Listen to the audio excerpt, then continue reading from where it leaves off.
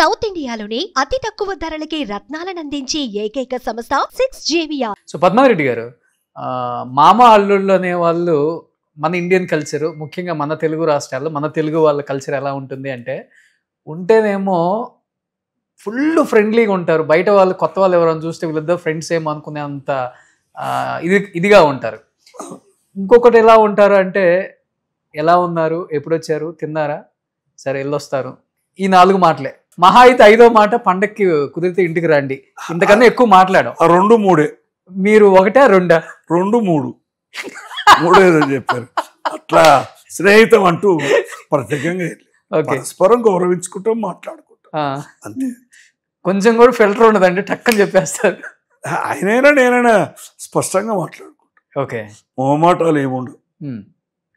So మీది 2 అంతే. పెద్దగా ఫస్ట్ నుంచి కూడా ఫస్ట్ ఏం కానీ ఆయన పనుల్లో ఆయన బిజీగా ఉంటారు. నేను ఆయన వచ్చినప్పుడు కూడా నా వ్యాపారంలో నేను బిజీగా ఉండేవాడిని. 2009 తర్వాతనే నేను ఫ్రీ అయ్యాను. యాక్చువల్గా నాకు రోజు 2 కాల్స్ ఏదో ఒకటి వస్తే ఆ రోజు సరిపోయేది ఈ వ్యాపారాల్లో. దాంట్లో ఓకే, అసోసియేషన్ 2009 వరకు కూడా ఆల్ ఇండియా ఆనరరీ ప్రెసిడెంట్, ఢిల్లీకి చాలా సార్లు వెళ్ళేది. ఆయన ఎప్పుడు వ్యక్తపరచలేదా మామ ఏంటి అసలు, ఒకసారి కూడా మాట్లాడు ప్రేమగా ఒక 10 నిమిషాలు? అది ఎందుకు ఉండదండి, ఇంటికి వెళ్తాం కదా మాట్లాడక. ఇప్పుడు పరిస్థితి కదా నేను చెప్పేది, అప్పుడు పరిస్థితుల గురించి. ఆయనకు నిజంగా చెప్పాలంటే అంత తీరిక ఉండేదిగా అప్పుడు కూడా తీరికెళ్ళి.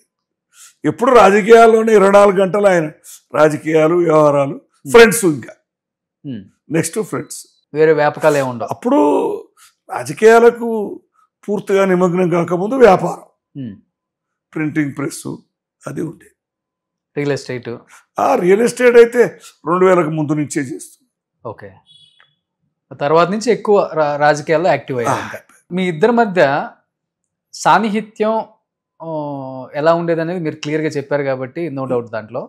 బట్ రేవంత్ రెడ్డి గారు 2-3 సందర్భాలలో ఇంటర్వ్యూలలో చెప్పడం నేను చూశాను. ఆయనకి సర్ప్రైజ్లు ఇవ్వటం, ఏదో గిఫ్ట్లు ఇవ్వటం, లేకపోతే కాకా పట్టడం, ఇవన్నీ ఇష్టం ఉండదు, ఓపెన్గా ఉంటాను నేను అని చెప్పి క్లియర్గా చెప్పారు. అసలు అలాంటి వ్యక్తి ప్రేమలో పడ్డాడు, మా అమ్మాయిని ప్రేమించాడు అన్నప్పుడు ఒక తండ్రి కొడుకు పెళ్లి ఎలా అయినా చేద్దాం అనుకుంటాడు, కానీ కూతురు పెళ్లి 1కి 100 సార్లు ఆలోచించి వచ్చే అల్లుడు ఎలాంటి వాడు, గుణగుణాలు ఎలాంటివి, వ్యక్తి నిజంగా మంచోడా కాదా, ఏం చదువుకున్నాడు, ఆస్తి, ఇవన్నీ పక్కన పెడితే సంపన్న కుటుంబం కాబట్టి మీద ఇబ్బంది ఉండదు, ఇవన్నీ చూస్తారు కదా. అవన్నీ చూసినప్పుడు వేరే ఫ్రెండ్స్ ద్వారానో లేకపోతే వాళ్ళ ఫ్రెండ్స్ ద్వారానో కొంత మీరు చేసి ఉంటారు అలా లైనప్.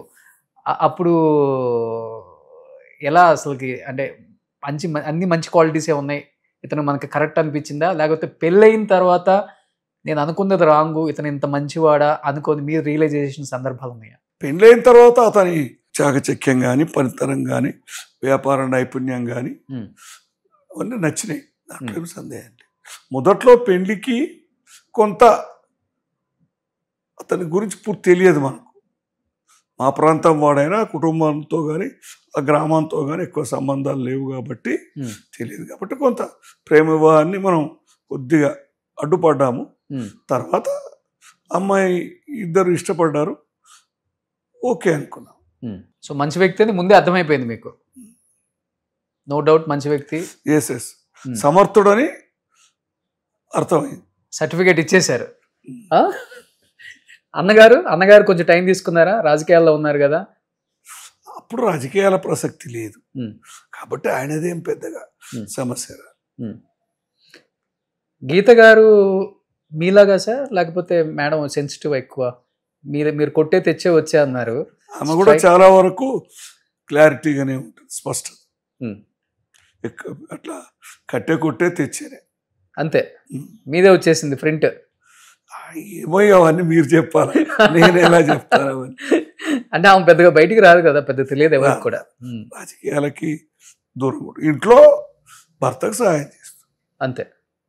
ఆయన సెషన్స్, అసెంబ్లీలో మాట్లాడే టాపిక్స్ కానీ ఇవన్నీ ఆయనకి ఇప్పుడు ఆ సమస్య లేదు. మొదట్లో ఇప్పుడు మొత్తం యంత్రాంగం ఉందిగా.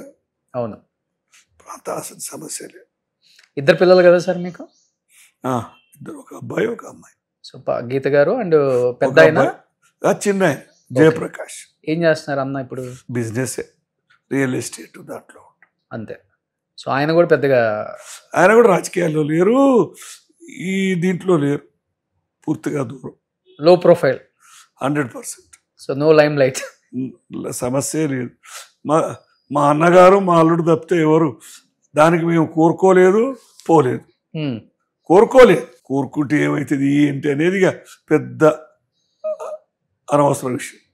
ఇది ఎంగులో ఉన్నప్పుడే కోరుకోలేదు, ఇప్పుడు కోరుకోదు కూడా.